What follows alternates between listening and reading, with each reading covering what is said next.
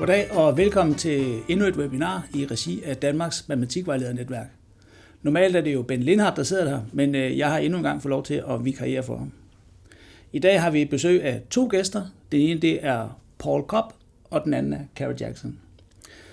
Cobb han er professor emeritus ved Vanderbilt Universitet og har bidraget til den matematikdidaktiske forskning i mange år. Hans primære forskningsinteresser i de sidste cirka 20 år, det har været, hvordan man i stor skala kan støtte forbedringer af praksis og elevers læring af matematik. Kara Jackson hun er professor ved Washington Universitet, hvor hun også fungerer som læreruddanner. Karas forskning fokuserer primært på at kortlægge og beskrive former for undervisningspraksis, der støtter alle elever i at engagere sig i matematisk arbejde. Og hvordan man kan indrette uddannelsesmæssige kontekster til at støtte undervisere til at udvikle de praksiser. I dag vil deres præsentationer blive delt op, så først så vil Paul sige lidt, og så efterfølgende så vil Kara sige lidt. Og præsentationen foregår jo selvfølgelig på engelsk. Værsgo. No. Thank you for that introduction. We appreciate it. Kara and I are very pleased to be here as part of your webinar series. And as you can see, we have one of the more cumbersome titles you'll come across, Critical Conditions for Student and Teachers Learning, Identifying High-Quality Teaching and Teacher Education Practices. And in this context, teacher education means in-service teacher education, practicing teachers. And we want to unpack that. So if we just focus on identifying high-quality teaching practices, what do we mean? One of our key criterion is if teachers were to develop such practices, students' learning opportunities would improve immediately. Similarly, when we're talking about identifying high-quality teacher education practices, if teacher educators who work with practicing teachers were to develop such practices, teachers' learning opportunities, their opportunities to get better at supporting their students' learning would improve immediately. Here's our agenda for today in this talk. The work we're going to talk about, much of it comes out of a large-scale project in which we were both involved for a swift 11 years that focused on investigating what it takes to improve the quality of mathematics teaching and students' learning on a large scale. And we're going to start off, and I'm going to do the introduction to share this background to the MIST project. That was the name of the project. Then I'm going to hand over to Kara, who's going to focus on the teaching aspect, high quality teaching practices. And she's going to clarify what it means to specify in sufficient detail those high quality practices. She's going to focus first on specifying ambitious, conceptually oriented student learning goals, and then the teaching practices.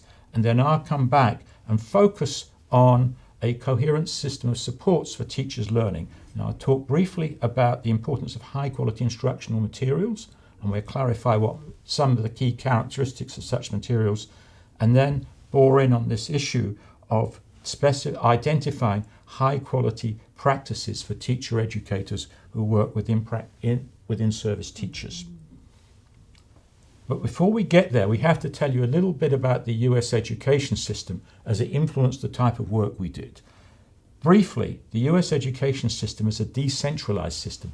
That means local control. And I still find this mind-boggling. I looked it up again this morning. There's approximately 13,200 independent school districts in the United States.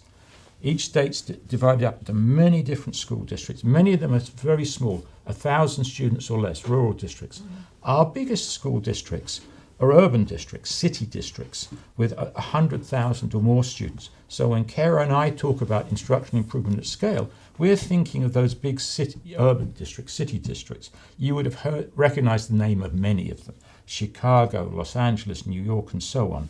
So that's part of the background. The other thing to know is that each US state is required to have standards for kids learning in mathematics from grades 3 through grade 8. Standards mean learning objectives, what kids are supposed to know by the end of grade 3, 4, up to grade 8. And there's concomitant or associated assessments to see how well individual school districts and individual schools are doing. These assessments have teeth. Schools get disbanded, everybody loses their job, and they start over. We know schools where that happens. It's called reconstituting a school district. So against that background, in the United States, there's been a shift in the nature of those learning objectives and eventually called up the assessments. At the time the work we started, which we're going to report on, teaching was primarily procedural, focusing on low-level learning goals. Beginning in 2012, it took several years, it differed by state, there was a shift to what we call ambitious learning goals. And these would focus, instead of procedures, on conceptual understanding of key mathematical ideas, as well as procedural fluency. And procedural fluency means not just doing it quickly and smoothly, that's a part of it, but it means also flexibility, so you can adjust the procedure to a problem situation. It means problem solving, and a key criteria of problem solving for us is kids have to analyze the problem mathematically in order to construct a solution strategy. It's not simply applying known methods. It also means mathematical communication, students being able to explain and justify their mathematical reasoning verbally, orally in the classroom, and also in writing. That shift from more procedurally oriented goals to more conceptually oriented has direct implications for instruction. It's a significant change in what counts as high quality teaching. And again, remember, high quality teaching for us means practices that improve students' learning opportunities immediately, not next week, not next year, but tomorrow. We call such practices ambitious and equitable practices, and Kara will clarify what that means. Also therefore has substantial implications for teachers' learning. If the goals for teachers' learning change, then so do the practices for teacher educators, for in-service teacher education. And we know for sure, stacks of research, that development of such teaching practices requires sustained support. So that's the background to the US education system. The MIST project, we partnered initially with 4 large districts that served a total of 360,000 students for 4 years. And then we made a decision to go down to 2 districts because we wanted to do additional work with those districts that focused primarily on how can we support math coaches and also school leaders in being more effective in contributing to the ongoing instruction improvement efforts. The challenge for each of these districts was to support their teachers' development of equitable, ambitious instructional practices. In other words, practices that would enable their kids to attain those ambitious learning goals we just talked about. And we want to make it clear, our project, our work, wasn't an observational study. We didn't go and say, we're here to collect the data, thank you very much, we'll see you later. We actually partnered with these districts. It was an interventionist study, and we chose districts that were attempting to aim at ambitious learning goals early because we wanted to be on the same team, goals that we valued and the district leaders valued. And what we were doing, our contribution, was to develop empirically evidence-based annual reports to those districts in which we first documented what their improvement strategies were, and then we did a very deep data analysis to report how those strategies were actually playing out in schools and in classrooms. And as you might imagine, many times they diverged sharply from what the district leaders hoped. Our job was to report back and make specific recommendations on how they could adjust their improvement efforts to make it more effective. Over the course of all of the 8 years we worked with districts, we made 162 specific recommendations. What might one be? In one of the districts, they had a coaching program. Math coaches were charged with working one-on-one with teachers in their classrooms to help them improve their their teaching practices. It turns out our data indicated that these coaches were not ahead of the teachers they were supporting. And not surprisingly, their efforts did not pay up. This was a very expensive program. Half-time release for somebody to be a coach in every school building. We reported back, and eventually they disbanded that program and, at our recommendation, focused on a small number of full-time, very accomplished coaches. Of those 162 recommendations, we were actually amazed, to be honest. They acted on 2/3 of them and attempted to implement. And the only point we want to make, again, is these were evidence-based, not our opinions, not what the field thought was the best thing, but actual empirical analyses. And so how did that work? Well, I'm not going to go through this in detail. The point we're going to try and make here is we really did collect systematically a lot of data and we analysed it all. Very briefly, each year when we had 4 districts, we focused on 30 teachers in each district, 120 teachers. We also collected extensive data on any coaches, if they had coaches, the coaches who served those districts. We focused on school leaders who had responsibility for supervising math, and we focused on district units across 5 units within the district central office who had a stake in what happened in math classrooms. That was a total of 50 people a district, 200 total. When we went down the last 4 years to 2 districts, we doubled the number of schools and participants in each district. And what did the data look like? Again, not going through the whole thing, but we had ended up with 1,700 approximately hour-long audio recorded interviews, analysed the whole lot. We concomitant surveys that complemented the interviews, things that was easy to get at, how many, how often, that sort of thing. We were very interested clearly in the quality of the teachers' instructional practices. On our focal teachers, we recorded 2 consecutive lessons following a detailed protocol in each teacher's classroom each year. So we ended up with over 1,900 lessons, literally all analysed. We had a crew come in, trained. They were actually people who were in our master's teacher education program for high school. So they had a math background. And our reports were they actually found it a rewarding experience because it helped them learn what high quality teaching looks like. And I can go through the whole lot. Mathematical knowledge for teaching, teachers and coaches each year, teachers' advice networks, who they turn to informally for advice, how often, what that person's role is. Professional development, we checked on that, including teacher collaborative meetings, access to student data. The only point in that is you don't have to remember a thing about it, except there was sort of solid data behind the stuff that Kara and I are going to talk about. Large research team, it took a lot of people to do this. And what came out of it? We developed what we call a theory of action for instructional improvement in mathematics. And a core component of that is this thing pictured here, which we call a coherent instructional system. I'm just going to briefly outline the pieces and then turn over to Kara. The learning goals in the middle, what are those? That's the student learning goals. For us, it's students learning and how to support it drives the whole thing. So we start in the middle and work out. Most policy starts at the top and see, does it go down and are they doing what we want? We're going the other way. We want to improve those kids' learning. We talked about it. That has implications. So what then is the district's vision for high quality math teaching? What are they aiming for? What are their goals for students' math learning? Kara will talk about that. Next part of the system, the instructional materials teachers have access to or use. We want those. It's important that they are compatible with that vision of high quality teaching. And we, as you'll see, will view those materials as a tool for teachers to use to enhance students' learning.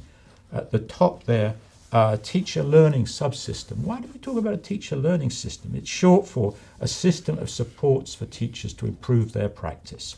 And so we focused on pull-out PD. These are a system or a series of professional development sessions. I think you're probably familiar with this, where teachers from multiple classrooms leave their classrooms and they go to an assigned place for an assigned period of time, and they, it might be 2 hours every 3 weeks or something, and a person who hopefully is an accomplished teacher and is pretty skilled in supporting their learning will design and lead those sessions, focusing on a particular aspect of instruction. We also focused on teacher collaborative meetings. All of our districts at one time or another carved out time in the school day for math teachers to meet and work on instructional issues. In one case it was daily, believe it or not. Many times it's often weekly or bi-weekly. In addition, there were math coaches, not in every school, but in most districts at some point had math coaches. These again were folks who were charged with working in a particular school to help teachers improve their instruction and often would work with them in the classroom. So that's the background. I will just briefly mention the orange segment here, supplemental supports for currently struggling students. Why is that there? It was not on our scope when we started this work. It was not on any of the district's formal plans. But what we found is every school, and I think there were 35 altogether, every school, it was implementing its own plan for kids who are currently struggling in math. And the view we came to as we did this work was any instructional regime, including those we like, there's going to be some kids who are being ill-served. What is important to do is to figure out who those kids and figure out how to support them so that they can learn in the context of core mainstream instruction. We found almost no research whatsoever on this. One of the doctoral students involved in the project, Rebecca Schmidt, did her dissertation on this, a quantitative study, and found that what the districts were doing was mostly ineffective, or the schools were doing is mostly ineffective, but sometimes harmful. We're not going to focus on that in this presentation, but we put it there to wave our arms up, said, we really need to bore down on this. This is a screaming area for research, for practice, and whatever. I remember phoning up textbook authors who were doctors and saying, what do you think should happen? And they said, well, nobody's ever asked that question before. This is something that gets ignored. We think the reason is, if districts have adopted a textbook or a school has, they're so bent on trying to get everything to work, they sort of lose the kids who are not being served, just slip through the cracks. Now I'm going to stop now, and Kara's going to talk to us about learning goals and visions for high quality math teaching. Okay, so as Paul said earlier, one of the main points we're hoping people take away today is the importance of really specifying the details that matter for being able to improve teaching. And where we're going to start right now is right at the heart of the coherent instructional system. As Paul said, the learning goals for students and the corresponding vision of teaching, that those really drive what it is you want to be considering in terms of instructional materials, supports for teachers' learning, and actually the supplemental supports for currently struggling students. Just say briefly here, starting with the learning goals for students, Paul discussed these learning goals, the character of these learning goals earlier, and as Paul said, these were the kinds of goals that our districts were articulating as what they were hoping for students. They represented a significant change in terms of what students had been supported to engage with. Our understanding is that the goals that Paul discussed are consistent with also what's articulated in the Danish curriculum and goals of what's happening in Denmark. Briefly, I will just mention a few things about this. So one is this idea of developing procedural fluency and conceptual understanding of key mathematical ideas in a range of domains. One point we want to make is that those particular goals are domain specific. So for example, a learning goal regarding early algebra or regarding data, statistics, and so forth is specific to that particular body of mathematical knowledge, and therefore it requires specific sorts of mathematical knowledge for teaching on the part of teachers. And when we say mathematical knowledge for teaching, we don't just mean an understanding of how to do the math, we mean an understanding of how it is that kids learn to reason about particular ideas in specific domains. So how do I start to make sense of functional relationships, for example, and what's the work as a teacher I do to support students to deepen their understandings of those functional relationships? What are the kinds of representations students need to be working with? What's the sort of range of ideas that become really important for helping support students to increasingly have a deeper understanding of the key ideas at play? Paul mentioned this as well, the second bullet there, supporting students to make sense of problem situations, to really analyze new situations, and then to be able to make decisions about what paths to pursue and why, what particular solution strategies might make sense in a given situation, what wouldn't make sense. Similar or in line with that, also being able to make sense of when we're trying to move towards, for example, both justifying but also generalizing our ideas, what will work in all contexts, what would only work in some contexts, and why. That those, again, it represents a significant shift from at least what was happening and continues to happen in most US math classrooms. And right alongside that, as Paul mentioned, is the attention to be able to communicate about your mathematical ideas with Here, the emphasis being not that I can just communicate about what I already know, but that actually the communication helps deepen my own understanding of the ideas that are at play. And that happens orally, but as Paul said, it also happens via written discourse and form. These goals are, again, as Paul mentioned, they represent a significant shift for what's happening in most classrooms. And another point I think you'll hear us emphasize throughout is that when you're trying to make significant shifts to your existing practice, it requires significant learning to be able to engage in that work. So there's a set of learning goals for students, and now what we're going to talk about is the vision of teaching that this is building on research, an international research based, decades of research around what is it that needs to then happen between teachers and students in classrooms in order to achieve those ambitious goals. And I'll mention here, you see, we talk about ambitious learning goals and we talk about ambitious and equitable math teaching. I'll mention why we're choosing to do that. When we say ambitious, on the one hand, we're saying it's ambitious because it does represent the significant shift to what typically happens. It also is ambitious because it's about supporting students to develop deep understanding of mathematics to be able to serve them well, both in their life, their career, their further study, and so forth. The equitable part there is, it actually harkens back to a bit of what Paul was saying about supports for struggling students, that we know that in any classroom, there are some students who on any given day are facing challenges in accessing the work that's at play.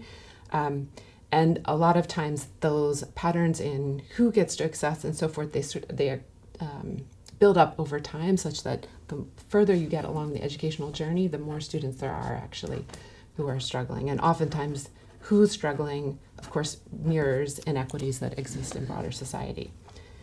So when we talk about ambitious and equitable math teaching, we're really trying to think at the level of concrete practice. What are the things that teachers can do within what we'll refer to as phases of a lesson to really support each and every student to substantially participate in the work at hand? And we'll give an illustration of that in just a bit. So what's up here on the screen, the arrow and the phases and so forth, represents a theory of teaching, again, that's grounded in the research base. And at the start, you'll see there's a focus on the teacher selecting challenging tasks. There is decades of research that has shown that one of the most crucial decisions you make at the start of a lesson is what's the kind of task you're going to engage in. Students will learn what they're given opportunities to learn. Typically, we choose tasks, or at least in the US classrooms, tasks that require students to primarily just mimic procedures that they've been taught to do, typically without much understanding of how or why they make sense. If that's what we do on a routine basis, that's the kind of learning students are going to develop. So here we're emphasizing the use of what we're saying challenging tasks, where students do have to analyze the problem in order to figure out a strategy to use, and they have to be able to explain why their strategy makes sense. Tasks with these characteristics, then the research again shows over and over, will lead or will bet it's much more likely that you're going to get the learning goals that we were talking about earlier. I'll just give a brief example. So on the screen, there are two tasks, one that's labeled routine, one that's labeled challenging. The routine task is the kind of task that we see more often in US math classrooms, whereas you can see Mr. Munoz drew a box in the shape of a rectangular prism as shown below. What is the volume of the box? Typically what's expected is that students have been shown a procedure to find volume. I'm going to multiply the 3 dimensions, hence I find the volume. There's little ambiguity as to what to do. Students have been shown how to apply that procedure to that sort of task many times. And often what happens is students have very little idea of actually what is volume, how am I conceptualizing volume. It ends up, this kind of task will not support the kind of learning goals we were talking about. On the right is it's an example of a challenging task. You can see an 80-gallon bathtub is being filled at a rate of 15 gallons every 2 minutes. At this rate, how many minutes will it take to fill this bathtub? 3/4 of the way full. In this case, some of the content that's being targeted is the same. It's still, you have to reason about volume. You have to reason about the relationship between how big is the bathtub, how fast is it filling. I have to think about, I only want to fill it up 3/4 of the way full. So therefore, what does that mean of what I'm trying to figure out? This is an example then of really having to analyze the problem in order to figure out a strategy to use. that shift there from the routine, thinking about the routine task to the more challenging task, again, is really, really significant. What we really want to emphasize here is that being able to teach towards those ambitious learning goals, starting with a challenging task, it requires a critical shift in how one conceptualizes what's the purpose of mathematics teaching in the first place. So quite often people view their role as, my job is to get students to solve a certain kind of task in this particular lesson. That's what I'm trying to get to. And then the next day I have another task and I'm trying to get to students solving that particular task. And what we're really trying to emphasize here is a shift from that of what do students need to do to solve the task to what you see on the other side there of really what's the significant mathematics that students can learn by working on this task and through sequences of tasks over time. How is it that I can really support students' development of ways of reasoning and communicating that will ideally serve them in lots of both mathematical work but also life, further study, career, and so forth. Emphasize this here because making that shift then has implications for how one conceptualizes the purpose of the various phases of the lesson that go forward from choosing the task. So I've chosen the task. A next important step is how do I think about actually introducing, or what we often hear in the US as launch. Think about a rocket launching. So introducing or launching the task where my goal is not to tell a student how to solve the task. My goal is to create conditions so that they can really imagine what's happening in the task situation. They can understand what the problem is asking so that they can wrestle with the important mathematical ideas that are at play. Critically, I'll say more about this actually in a moment, is just how as a teacher do I both support people? It's like providing a ramp in without then providing so much support such that I've taken the thinking away. So often what we see in classrooms is teachers are the ones doing the thinking, not the kids. So this is a critical phase which I'll come back to illustrate what we mean by sufficient detail. Students then need the opportunity to work on the task, and this can happen individually, it can happen with other students, but critically, again, if you're trying to really frame this as this is an opportunity for students to be wrestling with and making sense of mathematical ideas, we know how important it is to establish norms and routines so that students are actually seeing value in sharing tentative, exploratory ideas. They feel comfortable and expected to actually ask each other to share their reasoning, explain their reasoning, and so forth. And critically, this phase of the lesson is an important window for the teachers into how students are currently reasoning about those key mathematical ideas. So the teacher ideally is monitoring how students are approaching the problem, what issues are coming up, what questions, in order to then plan for a really intentional whole class discussion of student solutions. In that final phase of a lesson, the whole class discussion, the goal is, again, not, I think what typically happens is in a whole class discussion, we share, this is the answer I got, is it right or it's wrong? Here, the class discussion is actually about deepening students' understandings of the mathematics. So it's not expected that everyone has actually come to a quote-unquote correct solution in the prior phase. You're really eliciting students' ideas here that you've already identified when you were watching, seeing what kids were doing, talking to them in the prior phase. You've sequenced those solutions in a particular way such that you can make the important mathematical ideas a focus.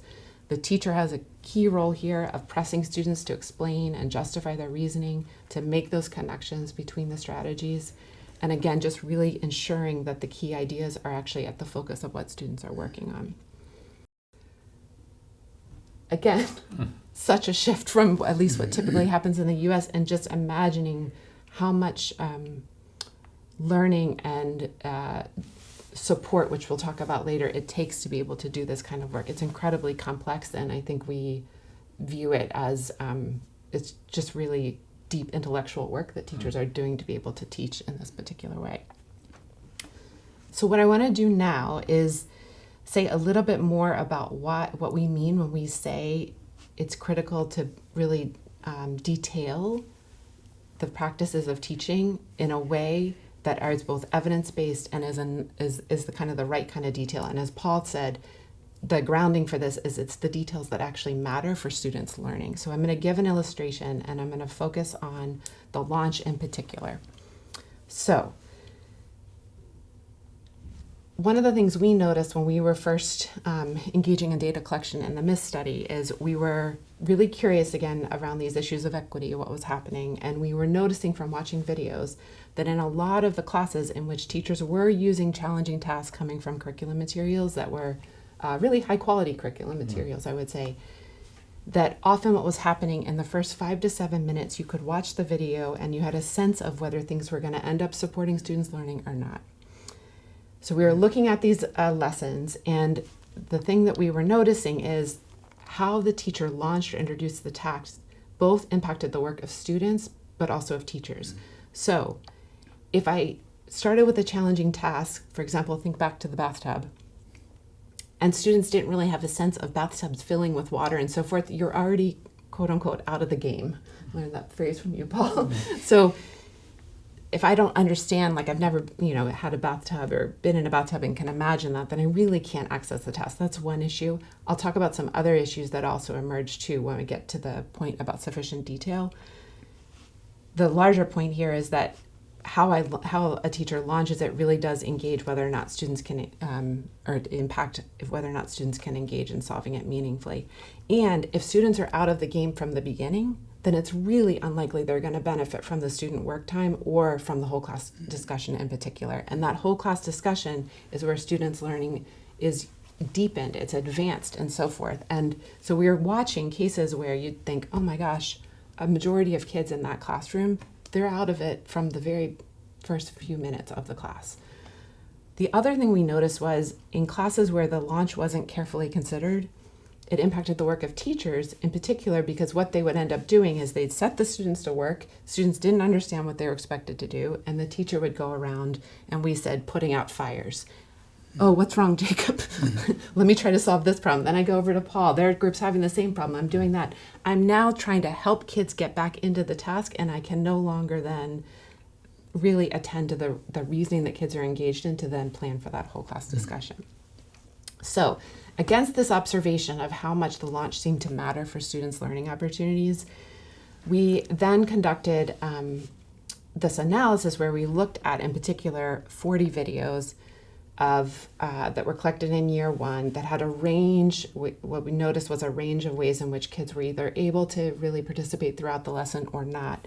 And we began to really do this work of trying to, could we detail what seemed to really matter for those students' learning opportunities. So the first aspect I mentioned just a minute ago, just are students familiar with key contextual features? A bathtub, a gallon in the case of this particular task.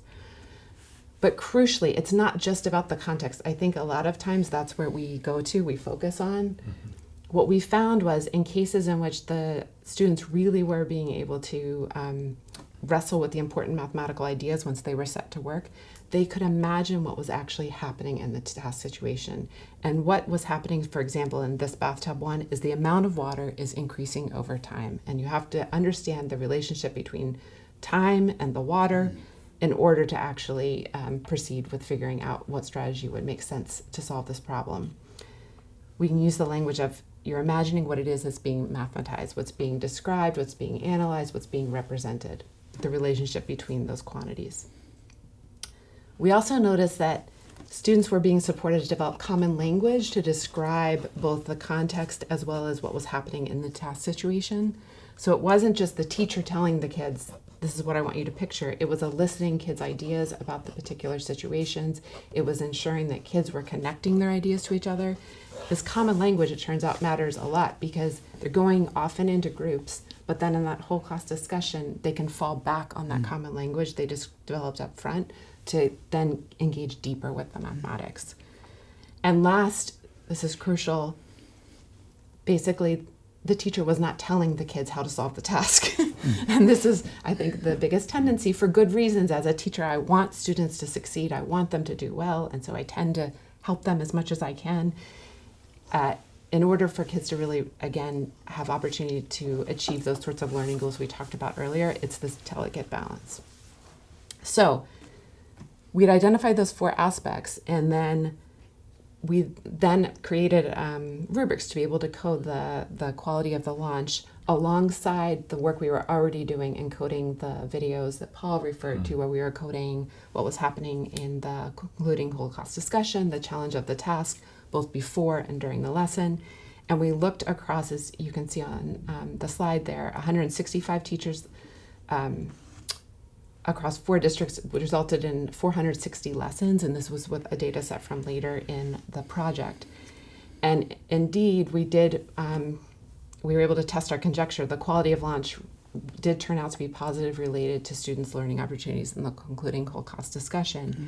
In other words, what we found was when teachers and students established that common language around the context and the task situation, there was much more evidence in the concluding Holocaust discussion of students providing evidence for their thinking, of providing not just any evidence, but conceptual evidence, meaning they were referring back to the relationships, the quantities that they had initially focused on in the launch.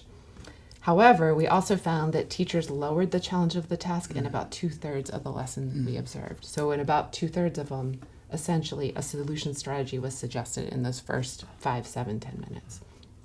And so that has deep implications for the work of then planning for the launch and then having opportunities to continue to try to improve it.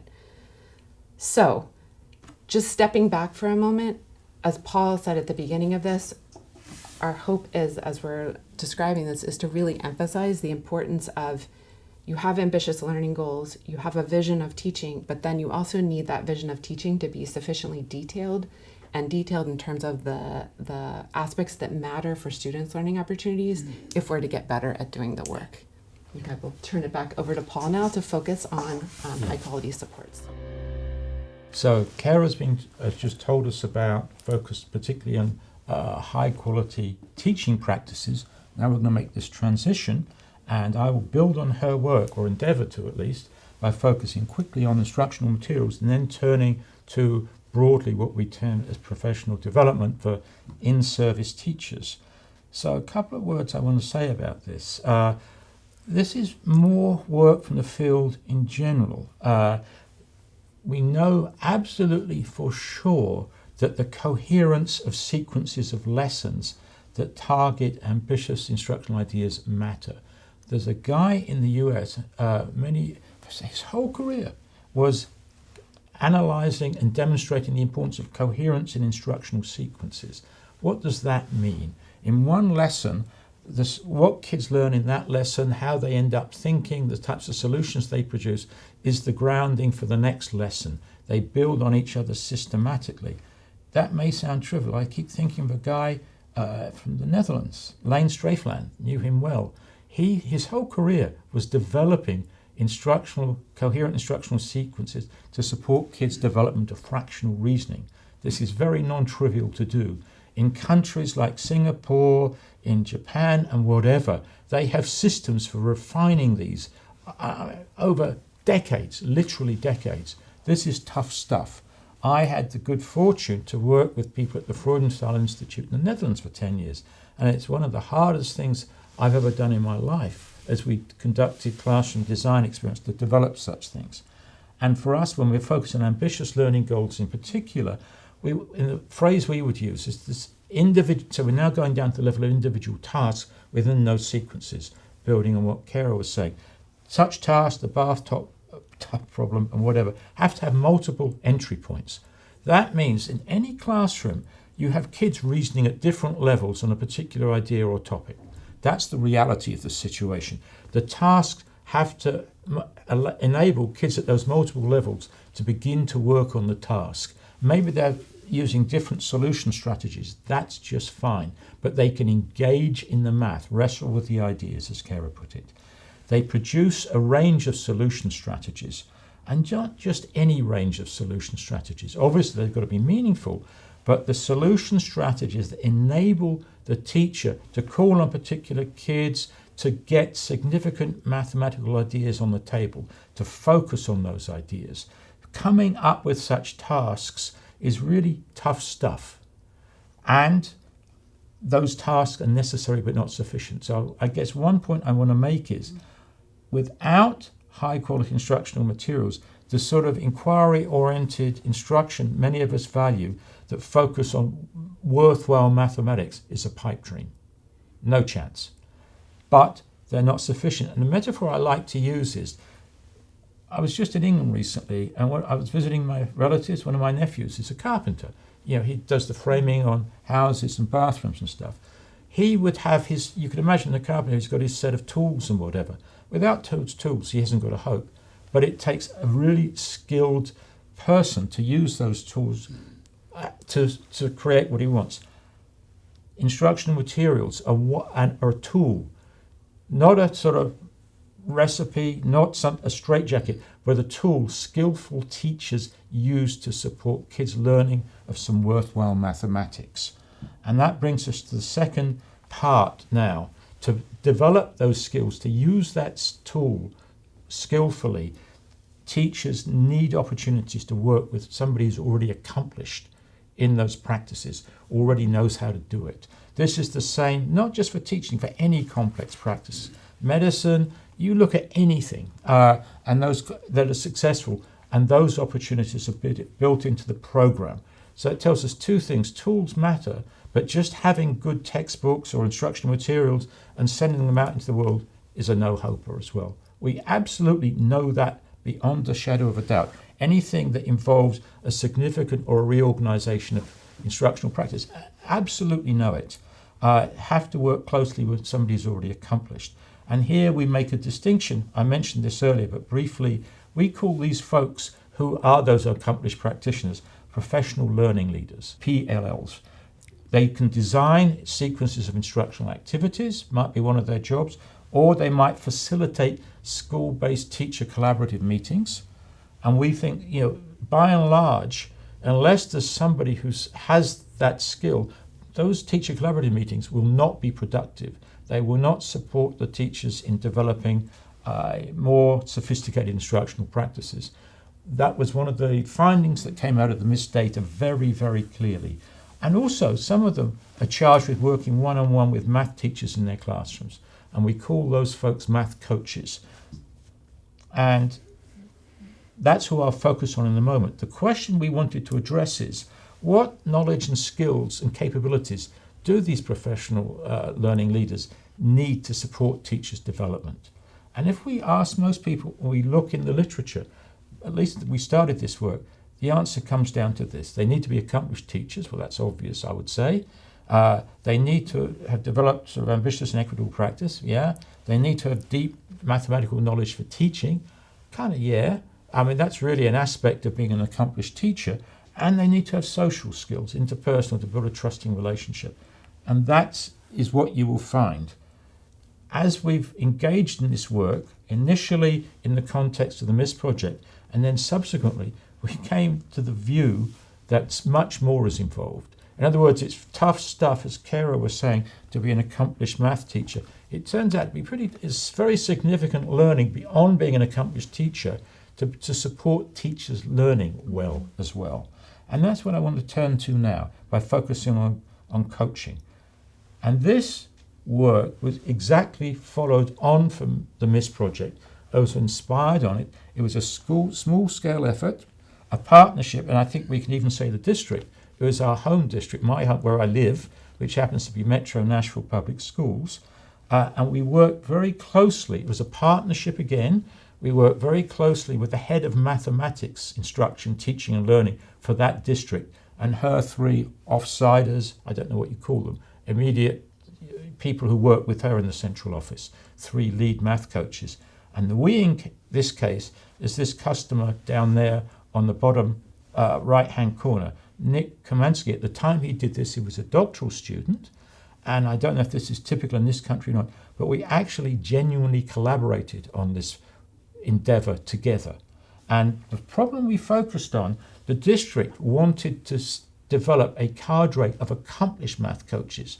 They already had some people labeled as coaches, but they realized that what was going on was not effective. It wasn't helping teachers. So they already had a problem. And we thought that was a really interesting problem. And they actually recruited us to work with them, which was very nice. And so we decided to get involved because they were aiming at ambitious goals. And it's a partnership. in the sense that we're on the same team working on the same problem. And what we were doing was they had specified we're going to try and improve the quality of math coaching. We're going to have 8 sessions, 1 a month, across the school year to support them. And we worked with them, and it really was a joint effort to co-design those sessions, to co-lead them, to co-analyze them. And yeah, we had a plan initially, but we were sort of revising as we went along in a data-driven way with a thorough analysis of each session. And we made a couple of design decisions up front. One thing I forgot to say, very important, there were 15 coaches who participated. We did this 2 years in a row, and they were focusing on what we would call middle grades, 12 to 14-year-old students, lower secondaries, I think you would say. First decision was, what are we aiming? What's the goal here for these coaches learning? Crudely put, initially, it was to enact or implement one-on-one coaching cycles effectively with coaches. So the people we're working with are not the teachers, they're the coaches, they're the supporters of the teachers. We chose that because we're interested in exploring how to build up district capacity for instructional improvement. So it relates to our scale agenda, and I think also illustrates by that you don't need a cast of thousands to address this issue of instructional improvement scale. Briefly, a coaching cycle has 3 phases. The first phase, the teacher and the coach meet to co-plan a lesson. Hopefully before that they've identified a student learning goal and even identified tasks, but they're going to plan, quote, how to implement the lesson. They then have the lesson phase, the actual classroom phase, and in the way we do it, they make a principal decision. Is the teacher going to teach the lesson? Is it a coach model, or are they going to co-teach it? That's a principal decision, and then they debrief, where they analyze what happened in the lesson, and against that make plans for the next coaching cycle. Why did we choose that? Because there's evidence, and we can mention the work, that coaching cycles can, emphasis on the word can, not will, be impact teachers' practice and students' math achievement. So, and there's developing, but it depends. Some of you will notice that it's a direct analog of lesson study with groups. Second decision we made, we wanted it to be practice-based. So between each of those 8 sessions, except the first one, the teachers would enact or begin to work on enacting coaching cycle with coaches with a teacher. They would choose a partner teacher early on, and they would work with that same partner teacher, enacting and also documenting what they were doing, recording notes, whatever, copies of students' work, and so on. And so that was our initial plan. The first session of the 8, we saw important to develop an overview of the coaching cycle. The second session, we wanted to focus on support them in identifying productive goals for individual teachers' learning, not kids' learning, but teachers' learning. Teachers improve goals for them, and we had 2 criteria which we stick with now for a productive goal. It's when the change is made, it will likely enhance students' learning opportunities. So if the teacher makes this instructional change, students' learning will improve. And the second one is a feasible next step for this teacher. Okay? So those were our 2 goals. And we had unexpected challenge. And I want to share that challenge, which was something we did not anticipate at all, because it was a learning opportunity for us. And it was simply this. So the second session, a focal case, very, very briefly. The question if you're watching this, is what do you think would be an appropriate improvement goal for this teacher? And it was the teacher selected this task. It's quite a challenging task, early in a sequence of tasks on volume. She showed this figure and asked the kids to figure out the volume of this rectangular prism. The edges of each of those little cubes is 2 centimeters, not 1 centimeters. And she was looking for an answer in centimeters. She did the launch, so she introduced the task, introducing the task. She showed a video of fish tanks, she did one thing and another. Our takeaway briefly, after the launch, what the kids took away from that was that this is like area somehow, and it's like area because you multiply. And there was no evidence from ours that they actually had any imagery of volume, of quantifying, of layers, or anything like that. The kids work on the task. We can see the students' work. It appears they were trying to do something with the numbers. One group, heaven, God bless them, found the, quote, area of the sites and multiplied those together. Another group figured out there were 6 cubes in the middle and for some reason multiplied that number by by the area of one of the sides. This sort of thing was going on. The whole class discussion, the teacher would call on a group and they had an incorrect answer and she asked them to explain, and then she was in effect trying to tutor that group while the other kids watched, and this happened 3 times. So that was the lesson. We gave our coaches, 15 of them, a reasonably accurate summary of what happened in the launch and what happened in the whole class discussion, and said, what would you work on with this teacher? And they all viewed this as an absolutely trivial task and all said the whole class discussion. I don't know what you think at home if you're watching this, but that for us was very problematic, because even if she had a teacher questioning in particular, if the teacher's questioning improved, the students' learning opportunity wouldn't, because they were not working on a task about volume. Following next session, perhaps rashly, we went back to the same task, but we included copies of the students' work this time. Same response, this was obvious to them. We then said, could you conduct a productive whole class discussion given these solutions? No, we couldn't. What does that mean? And then suddenly they turned to the first part of the lesson. This was something we didn't anticipate at all. And this gave us, just like, anyway, you can see there's a reflexivity here. This concentrated our minds on a couple of conditions for a productive whole class discussion. One is all students were able to work on the task meaningfully. If they haven't, they don't have to have the correct answer, as Kara said, but they have to engage with the ideas. Why? Because somebody else explains, they can begin to understand that solution against the background of their own solution efforts. And the second thing was, there's that range of different solutions on which the teachers can build. Maybe one group explains they saw that figure in that solid in terms of layers, that where they're actually dealing with issues of volume. Notice that this, once you think about it that way, you're looking at the whole class discussion, implicates what happened in small group work. Were the kids able to work productively? Were all of them be able to work productively? Can all of them learn from that whole class discussion? But hey, that implicates how the teacher launches the task so they can begin to engage meaningfully. But hey, that influenced the type of task the teacher chose in the first place. And so we came up with this notion of what we need to do to identify productive goals for individual teachers' learning is to figure out where students' learning first broke down in the lesson. And we could go through, when it's the launch or whatever. But that became the insight for us that oriented our future work in this area. So, against that background, we've continued through that. We limped through the rest of that year with this insight and salvaged some things. But the following school year, we decided to do, with another group of 15 coaches, some the same, some new ones, to do this as a full-blown design experiment, actually systematically collect as much data as we could, given there was just 2 of us, and we could hire a few external data collectors, that's it. And so we went back to it. Obviously, one of the questions is, how can coaches identify productive improvement goals for individual teachers, and is that a learnable practice? We recorded all 8 PD sessions, but we wanted to know what was happening out there. This was quite challenging. We were able to focus only on 7, that's all the resources we had, but we attempted to document the coaching cycles that they did with individual teachers.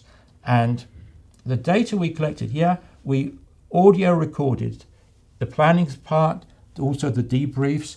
We were not able to video record the lesson, but we developed an observation protocol specific to what we wanted to understand, which is where did students' learning break down in the lesson, if anywhere. And so based on the observation notes, we had some external people we hired in, and we trained them on how to do this. In addition, we did a series of interviews, 4 interviews with the coaches. We wanted to know not only what they did, but why they did it. And the 2 are important for this. After the lesson phase, we said to them, so you've observed the lesson, or you co-taught it, or whatever. What are you going to focus on with this teacher? What do you think is important, key things for this teacher to improve? How did you come to that conclusion? Why did you decide to focus on that? And then after the debrief phase, we would interview the coach again. Now, you said you were going to work on this. How did that work out? Or have you got a different improvement goal now? Do you think the teacher agrees with you, shares with that same improvement goal with you? And we also interviewed the teacher, the only time we interviewed the teacher. And amongst other things, we said to them, did you come away from the debrief with an improvement goal for the next iteration? And if so, do you think did the coach agree with it? And do you think that improvement goal is worthwhile? Do you think that will help you, whatever it is, help your students or not? So those were the 2 pieces of data for this question. And what did we find out? We ended up with 28 complete coaching cycles. Some of them got derailed because, for example, a principal would pull a coach away from a scheduled meeting to go and do some other task. Somebody's absent, will you substitute that class, that sort of thing. The key thing to note is Nick did the heavy lifting here in terms of the analysis. And before he looked at any of the other data, he went to the those structured observation notes for the lesson, and he looked at that to identify what would be a productive improvement goal for a particular teacher. And there could be 1 or more, okay? And then we looked at what happened, what the improvement goal that they ended up with, and so on. And here's what the findings. First of all, 3 distinct approaches to identify an improvement goal. The first 2 will not be surprising, I think. Either based on district priorities, that's what happened with our coaches, I should have told you. They all focused on the concluding whole class discussion, because that was what the district was emphasising this year. And that, by the way, is telling. The person, that lead person, the director of math, incredibly talented. Kara and I have worked with a number of district math specialists, and this person was way out there.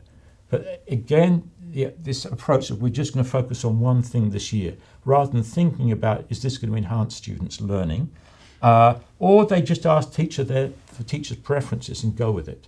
And those are also the primary ones you find mentioned in the literature. A second one that came out was coaches analyse the lesson, but they only focus on the teacher's instruction. In other words, the coach has a pretty sophisticated view of what high-quality teaching looked like, and they assess what the teacher did against that. And you might find, so if we take the example we just looked at on volume, you could improve that task. Do we actually need the confusion of cubes of 2 centimetres? It's not central at this point to developing the kids' conception of volume. Obviously, problems with the launch as well as the whole class discussion. But from that point of view, if you just focus on teaching almost as a performance, you can focus any piece. You just choose a bit. There's no rationale for it. The third one was exactly the approach we illustrated, trying to figure out where kids' learning first broke down. And we call that analysing lesson, but linking teachers' instruction to students' learning. And so Nick then went through and looked at that for each of those approaches. To what did they identify productive goals? And this is amazing, but this is the way it really worked out. So we found 4 where they focused on districts' priorities or teachers' preferences. All unproductive goals identified. This focus only on teachers' instructions. 10 out of 10 unproductive. And if they link instruction and students' learning and go back systematically, and remembering we were supporting them to do this, learn this, 14 out of 14 were productive. Why do we think this is important? Coaches typically either focus on use those first two approaches only. The investment we're making, or at least districts typically making coaching, is absolutely not paying off. This is why this matters for instructional improvement, for ultimately students' learning. Yeah, improving teaching. But what happens, we tend to think of improving teaching as an end in itself, And by improving teaching, we mean fits with our image of good teaching. We forget about the students' learning. And the big lesson for me out of all of this work is never, ever lose sight of the kids' learning. It's always and ultimately about improving that learning. Teaching is at the service of learning. What are the implications for coaching practice? The implications are for the debrief phase. That's where the action is. That's where we identify goals for the next coaching cycle. What coaches typically do, God bless them, they're in the business of helping teachers get better. Therefore, when they have that debrief conversation, they typically focus on instruction, what the teacher did during the lesson. As we just saw, unproductive by and large. Our proposal is, let's start by reminding ourselves why we designed this darn lesson in the first place. What were the mathematical learning goals for students? And then, against that background, let's look at figure out what students actually learned. Not just did we get there or not. They might well have learned something totally unintended, but we want to know that.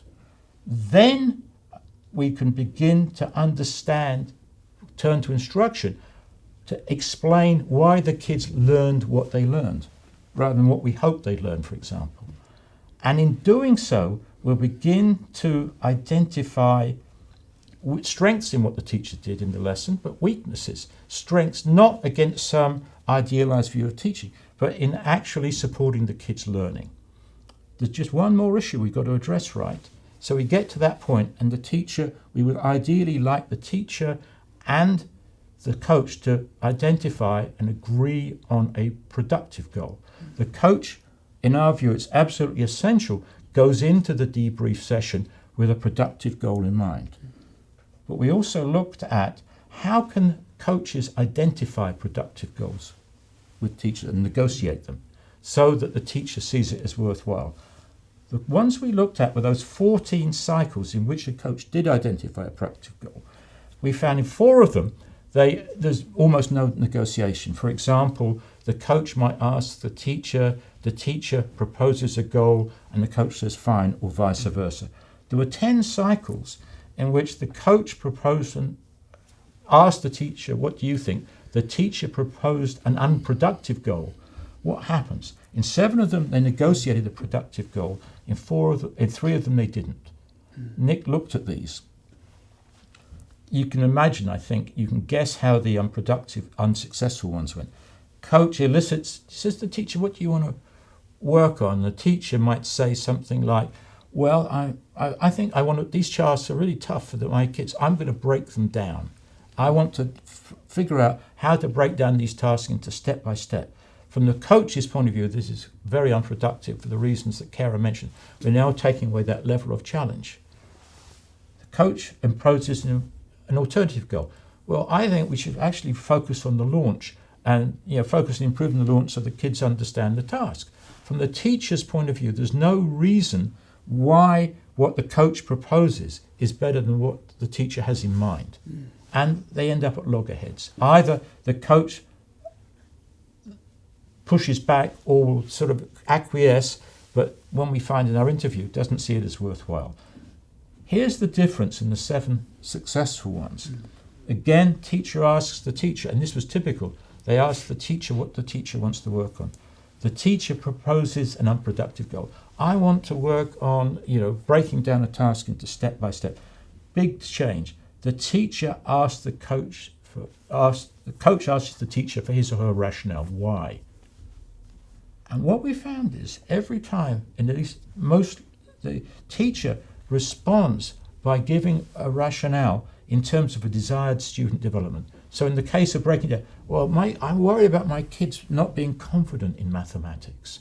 I want to support my kids in developing confidence. A pretty decent reason, right? In these cases, and this takes skill on the part of the coach agrees with, emphasizes, that's really important. We really want our kids to be confident in mathematics. Another thing I noticed, though, in the lesson, I think after, when you introduced the task, they didn't really understand it. They didn't really know what they were doing. Let's work on boosting their confidence by improving how we introduce tasks so they can really know what they're doing and work on it. And those are the successful negotiations. Notice, you go back to the kids again. This time it was the teacher that took us back when the teacher gave the rationale. And those are the successful ones. The unsuccessful ones are we stay at the level of instruction rather than what is actually the point of instruction is to support kids' learning. I've gone through all of that. We've really got into the weeds. But notice, going into the weeds, we identified some things that really matter. Identifying productive goals and then negotiate. And I tell you, I was really surprised, but in a way thrilled, when it came out to one specific question, one specific move that takes us back to the students. The whole point of that is again to illustrate at the level of working to support teachers' learning what sufficiently detailed means. It's figuring out the stuff that matters and then drilling down to the level of concrete learnable practices. Question, is this stuff learnable? Initial data, yes. Remember, we've only got a very small data set, just 7 coaches, but we're following each coaching cycle all the way along and coding what they do. And by and large, they're getting better. Did they immediately identify productive goals after session 2 or 3? It was interesting. It was only a couple of sessions later, but nearly all of them began to identify productive, what we would term productive improvement goals for individual teachers. So stepping back, what comes out of this, just so I'm not going to go through this, but it's very specific things beyond having social skills, right? And we've talked about identifying productive improvement goals, conducting productive debriefs, including negotiating goals. Again, we've tried to illustrate what evidence-based and what sufficiently detailed means to complement what Kara was talking about. And I want to also talk briefly, we've just focused on coaching. These findings we think are relevant to also professional development leaders and to facilitators of teacher collaborative time.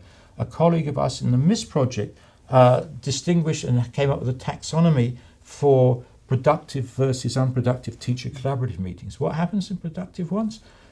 In the course of the discourse, if they bring in the work or they've planned a lesson, they come back, they link student learning goals, students reasoning in the lesson, teaching. Same with productive professional development, for example, lesson study and so on. The expertise of the professional learning leader is critical if teachers are developed clearly, ambitious and equitable instructional practices. We're trying to dig out what that expertise constitutes. And it's obviously essential for school systems, school districts to invest resources to develop a cadre of accomplished leaders. And we were fortunate enough to have the opportunity to partner with a district was attempting that. But that's a big part of capacity building to make instruction improvement at scale possible. In the context of the MISS project, as we think back, that type of expertise was pretty thin on the ground in some of those districts. And the phrase we tried our best to communicate that to district leaders. And oftentimes they would be in these meetings. We'd say, you've got those 3 people over there. Their expertise is like gold. You're not using it. You have to identify what expertise you've got and then figure out how to use it, leverage it as productively as possible. And just to wrap this up, we go back where we started with our journey of fleshing out what the importance again, and I hope it's clear now, why we put student learning goals and then vision of high quality instruction right at the center, with the understanding it's not pick a vision. The vision is driven by the learning goals we're attempting to achieve in mathematics. That drives choices about instructional materials. Assessments in our case means formative assessments that allow teachers to get feedback to help them get better. We've talked a bit about teacher learning system and the supplemental supports. In our work, we also looked at what are the implications for school leaders. I think they're kind of unique to the US case, but also system leaders. And for us the role of system leaders is to support districts' development of the capacity to get better. So system leaders have to think about how can they be involved, what resources are they going to devote to building up precisely these sort of professional learning leaders. And I think that's a good place for us to finish. Thank you, Paula and Kara, for your presentations.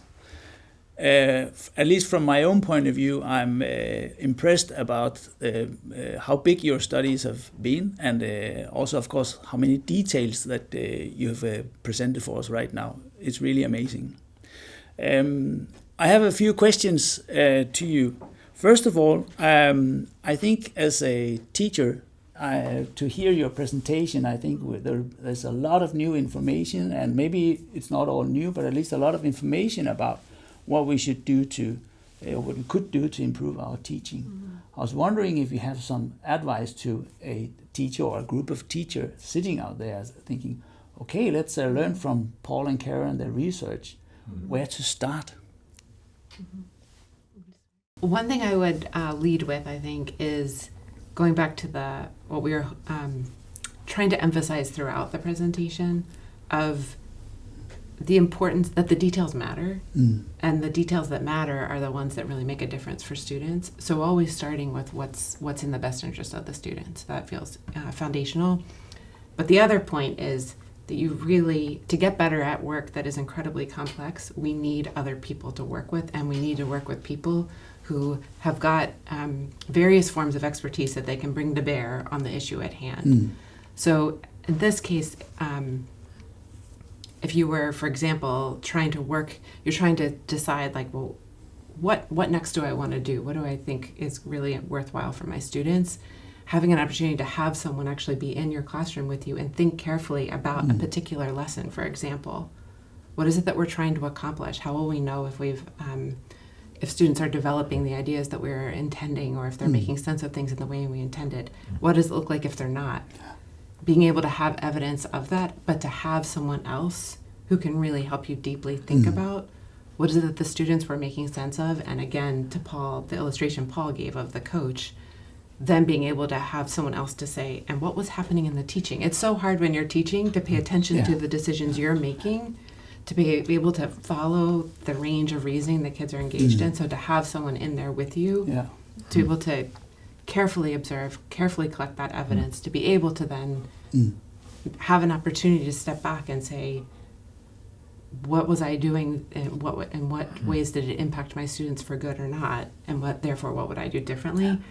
I'll turn it over to you, Paul, but I think going back to those coaching illustrations feels really important. Yes. Well, I was thinking of, Kara, which backs up what you were saying. I was thinking back to the MIST findings, and you remember on that blue segment at the top, one I hardly mentioned was teacher advice networks. Yes. We followed and tracked who teachers were turning to for advice and what positions that person has. And it turns out that teachers who turned to somebody whose practices were more advanced than their own, in the aggregate, tended to get better themselves. Yeah. So one tip I would give following up to teachers is figure out who in your school, maybe at your grade level or another school, I know some of these schools are very small, is there someone who's already relatively accomplished?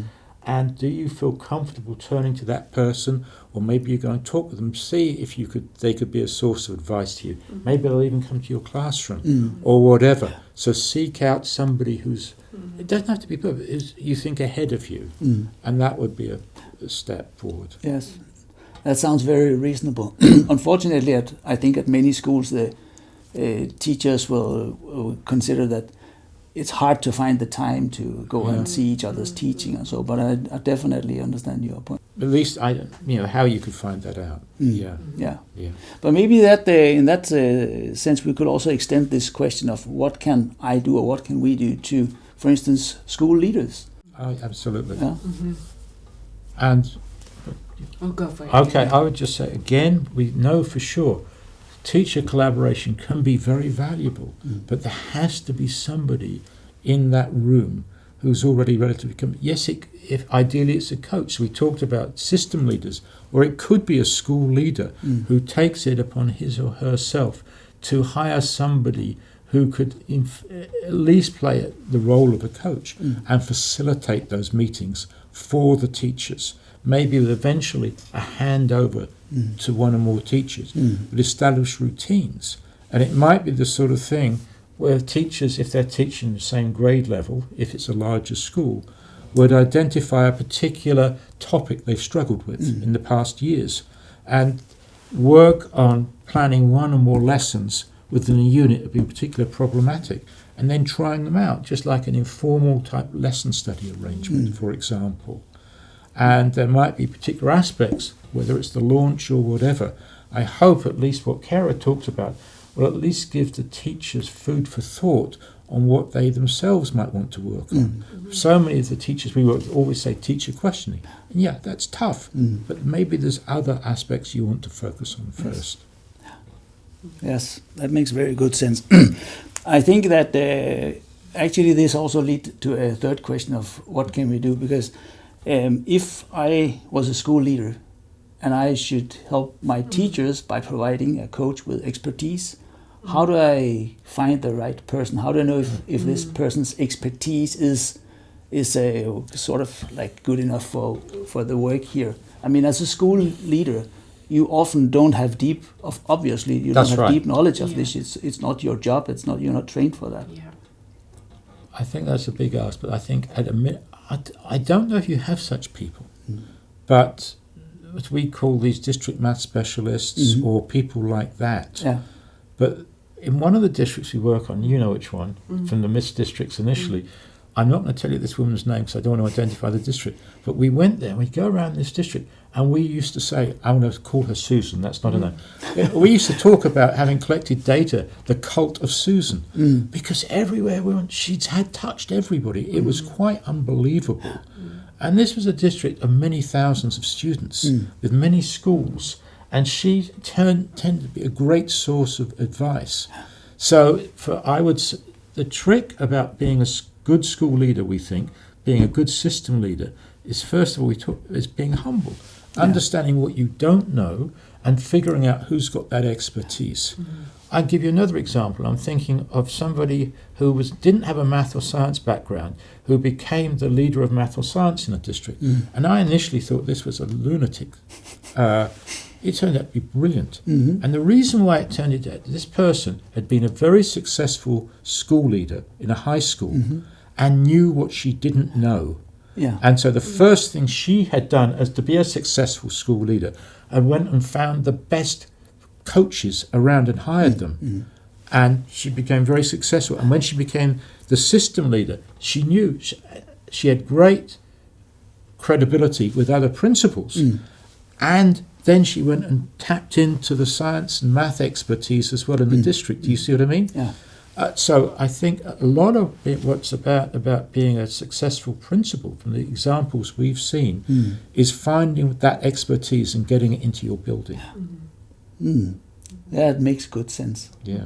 The question, of course, is how to do that in reality, but in the Danish context, which you... I can't tell you how this person, whose name I want to say but won't, and if I do, edit it out, how this person, this principal did it.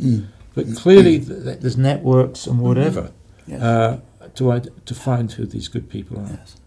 And again, a lot of them are not recognised in their buildings, so they'll be quite willing to move, I think. In some of your material, in your books and articles, you also talk about, from the principal sides and the leaders' sides, you talk about expectations to what should happen.